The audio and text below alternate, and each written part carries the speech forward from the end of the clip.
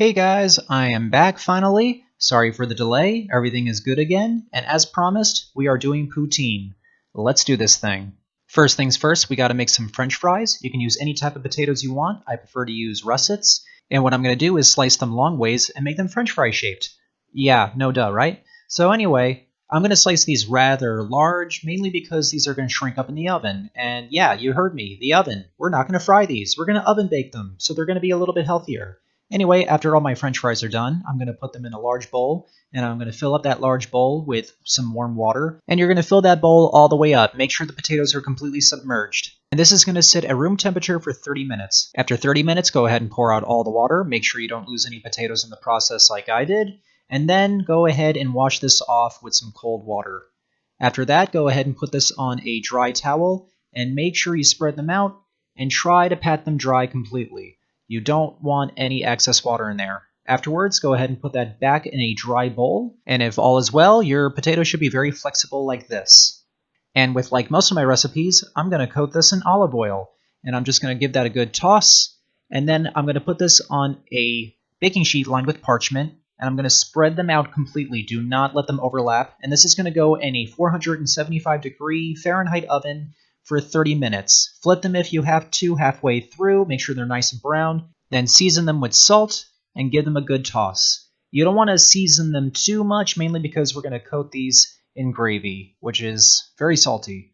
If you don't believe these are crispy, listen to this. Yeah, sounds good, right? Alright, next up we're making some gravy, and this is a very simple gravy. In a medium saucepan, I'm melting butter, and then I'm putting in baby Bella mushrooms, and this is a mushroom gravy. This part is optional. You can just do the gravy without the mushrooms. I'm not seasoning them with salt or pepper, but I'm adding a little bit of Worcestershire sauce, mainly because a lot of salt and pepper are going into the actual gravy itself. In the same pan, I'm going to melt more butter. I'm going to put in some garlic.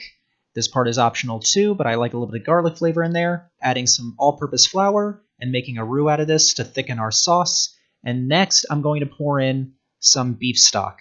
And this is going to be a little bit at a time. You don't want to pour it all in at once. And as you can see, it's thickening up. And when that happens, lower your temperature, pour in a little bit more liquid, and keep going until you have used up all of your stock. And now we're just going to whisk this until it is thickened. Once you get to that point, go ahead and add in your mushrooms. Whisk that up, and let it sit for about 5 or 6 minutes, and then season it with some salt and pepper.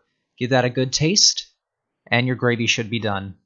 Now next up are cheese curds, and I'm using cheddar cheese curds here. And the reason why I use cheddar cheese curds is simply because of the taste. I think they have a really good flavor, and I think they go perfect with this recipe. So I highly recommend them. But you don't have to use those. Now it's time to assemble our poutine. I'm just taking a bowl here, adding in my fries, my cheese curds, and then I'm going to dump on my gravy. And I'm not going to be shy here with the gravy at all.